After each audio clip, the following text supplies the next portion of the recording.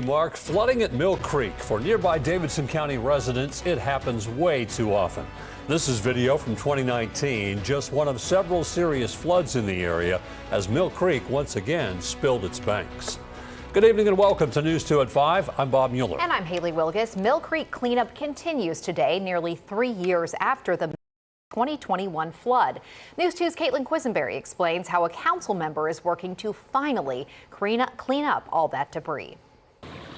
It was an environmental catastrophe. Millions of straws and recycling containers and takeout containers, computers all along the creek floor, and just all sorts of things that came when that warehouse collapsed. Mill Creek is no stranger to flooding. In May 2010, more than 13 inches of rain fell into Mill Creek in 36 hours. Filling the creek with debris. In 2019, the creek saw yet another flood. By April 14th, 2021, with debris still filling the creek, flash flooding washed over R.J. Schinner, a restaurant supply warehouse, sending plastic down the creek. According to the council member for that area, Jenny Welsh, the warehouse's insurance company was able to pay for the initial cleanup efforts. And they cleaned 730 cubic yards of debris out of the creek, which is an immense amount. Since then, the funds for continued cleanup efforts have been limited. Because it wasn't something that you could always see with your eyes,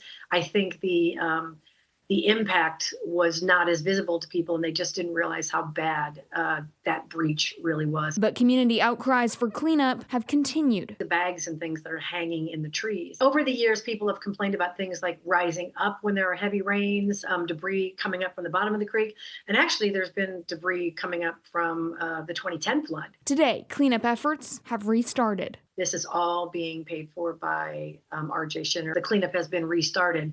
And hopefully within the next, 5 to 7 weeks, we're going to have the bulk of the creek 100% clean. Equipped with boats and water gear, crews with Paul Davis are sifting through the leaves and wading through the water, collecting what's left from Mill Creek's extensive history of floods. That'll, help the health of everything from the waterway.